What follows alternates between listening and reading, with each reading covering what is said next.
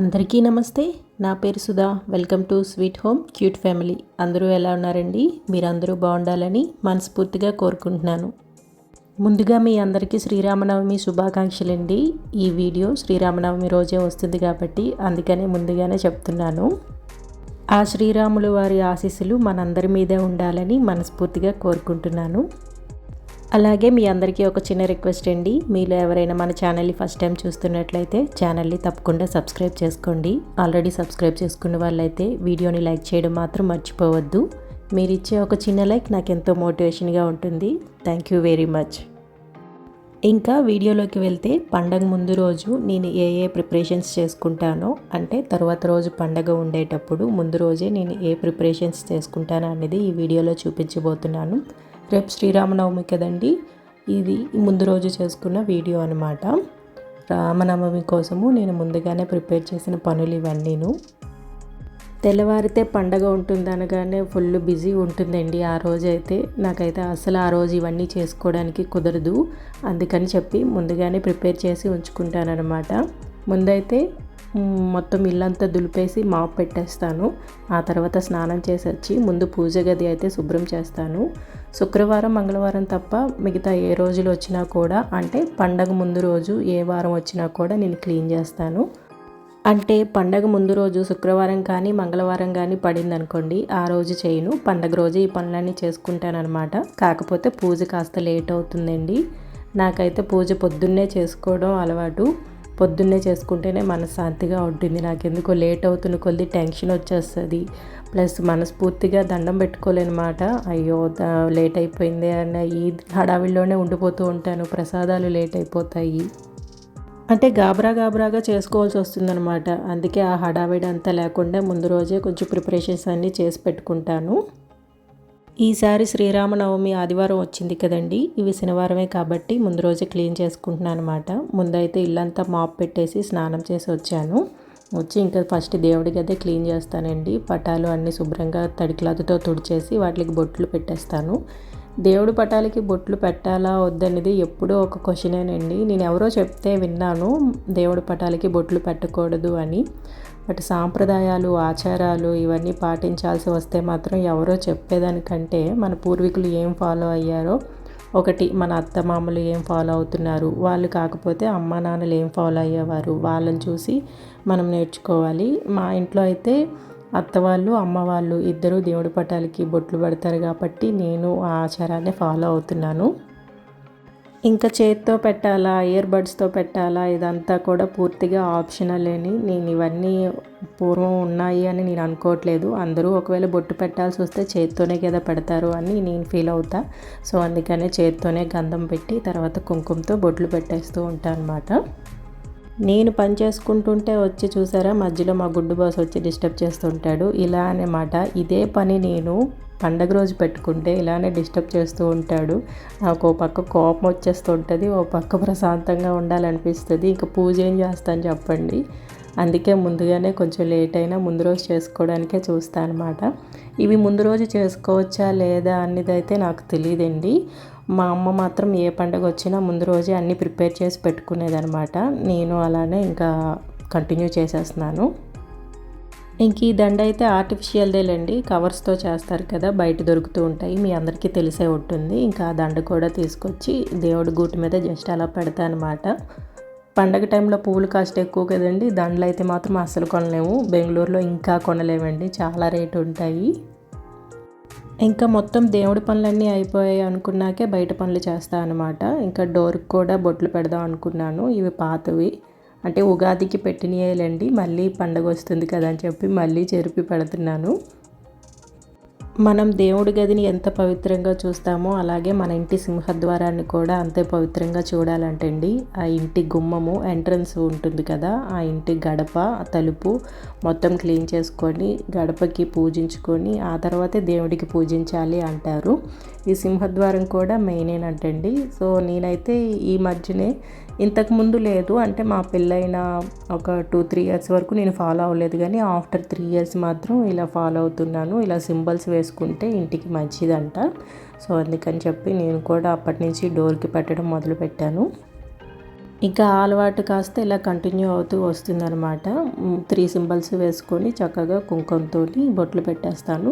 ఇది పసుపుతో అయినా రాసుకోవచ్చు, గంధంతో అయినా రాసుకోవచ్చు. నేనైతే గంధం యూజ్ చేస్తాను.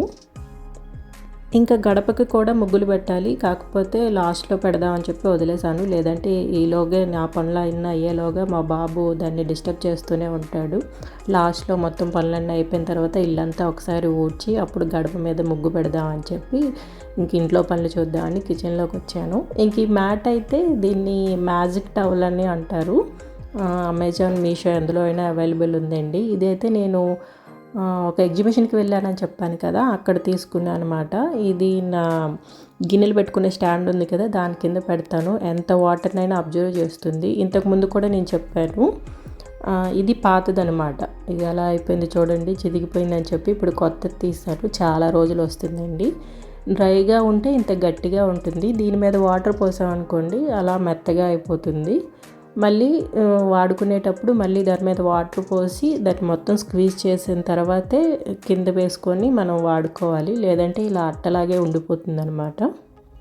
ఇది వాటర్ అది బాగా పీల్చుకుంటుంది.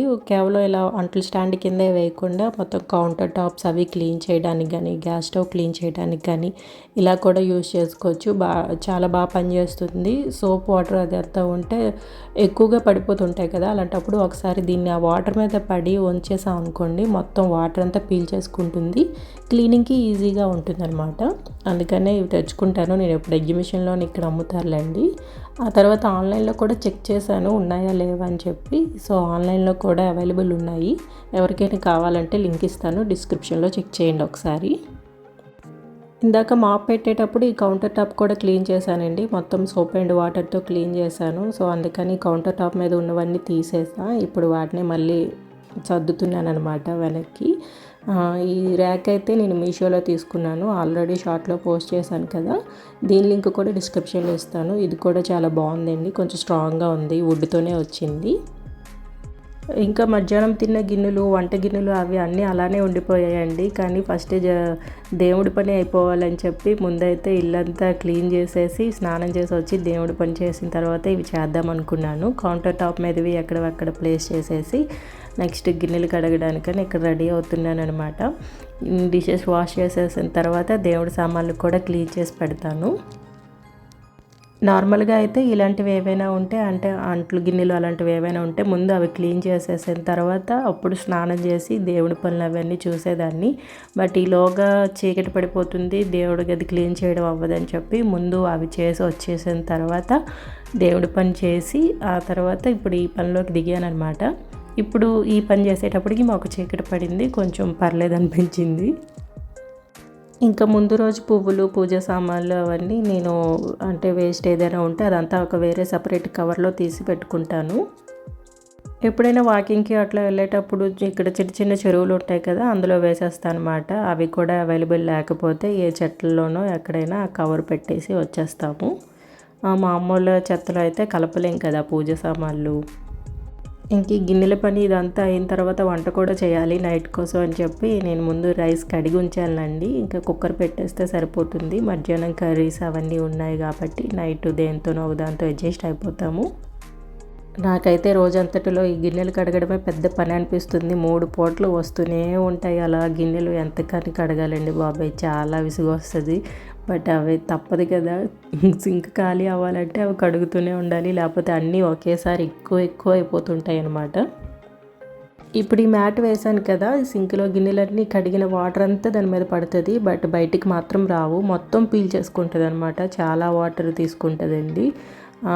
మినిమం ఒక 1 లీటర్. ఇప్పుడు మన గిన్నెలు కడిగిన వాటర్ అంతా ఒక 1 లీటర్ వరకు వచ్చింది అనుకోండి, అది దాని కిందే పెట్టుకుంటుంది కానీ బయటికి అయితే రిలీజ్ చేయదు. బాగా హెవీగా ఎక్కువైపోయింది అనుకుంటే తప్ప బయటికి రావన్నమాట. ఇంకా నేను డిషెస్ వాష్ చేస్తుండగానే కరెంట్ పోయిందండి. ఇంకా ఛార్జింగ్ లైట్ పెట్టుకొని దేవుడి సామాన్లు కూడా క్లీన్ చేసేసాను.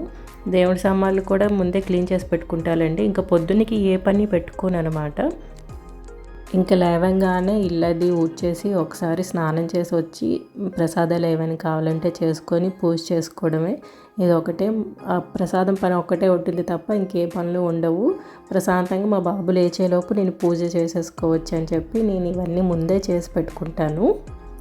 ఆల్మోస్ట్ ప్రతి పండగకి ఇలా ఉంటుందిలేండి. కొంచెం అటు ఇటుగా వేరే అవ్వచ్చేమో కానీ ఆల్మోస్ట్ అలా అంతా నేను ప్రతి పండగకి ముందు రోజు అయితే ఇలానే చేసి పెట్టుకుంటాను.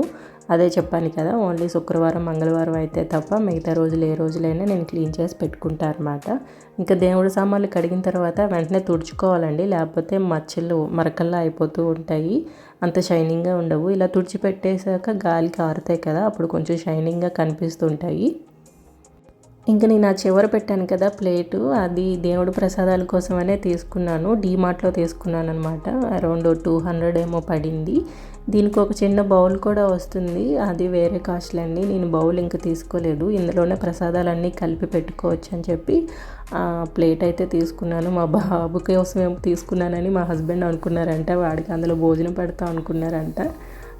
ఆ ప్లేట్లో ఏం తింటాంలేండి. అంటే ఇత్తడి ఇలా పులుపు ఏదైనా కలిసినప్పుడు రియాక్ట్ అవుతుంది అంటారు కదా, ఇంకా అందులోనే భోజనం చేయడం అయితే నాకు ఇష్టం లేదు. అందుకని చెప్పి నేను దేవుడి కోసమనే దాన్ని తీసుకున్నాను, కానీ మా హస్బెండ్ మా బాబు కోసం తీసుకున్నా అనుకున్నారంట. ఇంకా అన్ని పనులు అయిపోయాయి, తినేసాము. వచ్చిన గిన్నెలు కూడా కడిగేశాను. ఇల్లంతా ఒకసారి ఊడ్చేసి పడుకునే ముందు ఇంకా ద్వారానికి కూడా బొట్లు పెట్టేసుకుంటున్నాను అనమాట. ఇప్పుడైతే ప్రశాంతంగా ఉంటుంది, ఎవరు డిస్టర్బ్ చేయరు అని అనుకుంటున్నారా? అది కూడా లేదు. ఈ టైంలో కూడా మా బాబు వస్తాడండి మధ్యలో. నేను వచ్చి పడుకునే వరకు, లైట్లన్నీ ఆఫ్ చేసే వరకు వాడికి నిద్ర పట్టదు. అన్నింట్లో ఇన్వాల్వ్ అవుతానంటాడు, వాడు కూడా వచ్చి పెడతాను అంటూ ఉంటాడనమాట. నాకు ఒక్కోసారి చాలా కంగారుగా పనిచేస్తుంటాం కదా, ఆ టైంలో వచ్చి డిస్టర్బ్ చేస్తే ఎంత కోపం వస్తుందో నాకైతే. బట్ తప్పదు, పిల్లలు కదా, వాడిని అలా భరిస్తూనే ఉండాలి. వాళ్ళకి తెలిసి వచ్చేంత వరకు ఇంకా ఆగరనమాట. ఇలానే మధ్యలో వచ్చి డిస్టర్బ్ చేస్తూ ఉంటాడు. నాకు కెమెరా కదిపేశాడు వచ్చి. ఎంత కంట్రోల్ చేసుకుంటానో కోపాన్ని, కానీ ఒక్కోసారి విసుగొచ్చేస్తుంది, చాలా చాలా ఇబ్బంది పెడుతుంటాడు అనమాట. కొట్టేస్తానండి ఒక్కోసారి కోపం వచ్చినా కూడా. అది మెల్లగా కొడతానండి, మరీ గట్టిగా కాదు. ఏడ్చుకుంటూ వెళ్ళిపోతాడు వాళ్ళ డాడీ దగ్గరికి. ఈరోజైతే కొట్టలేదులేండి, ఊరికే గసిరి వదిలేశాను. నాకు గడప ముగ్గులు అయితే అంత పెద్దగా రావండి, వచ్చినవి అలా ఇటు తిప్పి వేస్తూ ఉంటానన్నమాట. బట్ ఏదోలా గడప అయితే నిండుగా కనిపిస్తుంది, నాకు ముగ్గు పెట్టగానే చూస్తూ ఉండాలనిపిస్తుంది అలా ద్వారాన్ని వాటిని. నేను మొత్తం గడప ముగ్గు పెట్టేసిన తర్వాత డోర్ వేసేసి పైన డోర్ నుంచి కింద వరకు అలా చాలాసేపు చూస్తూ ఉంటాను అనమాట. చాలా ముచ్చటగా అనిపిస్తుంది. పండుగల టైంలో ఇలాంటివి ఎంత కలగా ఉంటాయి కదా ఇంటికి. చాలామందికి ఇలా గడపకి ముగ్గు పెట్టుకునే అలవాటు ఉండదు, బట్ ఒకసారి ట్రై చేయండి, తప్పేం లేదు. గడపకి ముగ్గు ఉంటే మంచిదేని, ఇందులో ఆచారం అది ఉందని నేనైతే అనుకోవట్లేదు. మళ్ళీ గడప ముగ్గు పెట్టుకునే ఆచారం మాకు లేదు అంటారేమో, అది కూడా నాకు తెలియదులేండి. ఆచారం ఉందని అయితే మాత్రం నేను అనుకోవట్లేదు. ఇలా లేకుండా అయితే ఎవరికి ఉండదు. గడప ముగ్గు పెట్టుకోవడానికి ఏముంది చెప్పండి, మంచిదే కదా. పసుపు అది లోపల యాంటీబయాటిక్గా పనిచేస్తుంది కాబట్టి ఏమైనా రాకుండా ఉంటాయి లోపలికి. ఇదండి ఇవాల్టి వీడియో, ఇక్కడితో వీడియో ఎండ్ చేస్తున్నాను. మీకు కనుక వీడియో నచ్చినట్లయితే లైక్ చేయండి, షేర్ చేయండి, మీ అభిప్రాయాన్ని కామెంట్లో తెలియజేయండి. ఛానల్ని తప్పకుండా సబ్స్క్రైబ్ చేసుకోండి. నెక్స్ట్ వీడియోలో మళ్ళీ కలుద్దాం, అంతవరకు సెలవు. Thanks for watching, thanks for your time. Thank you very much. Bye.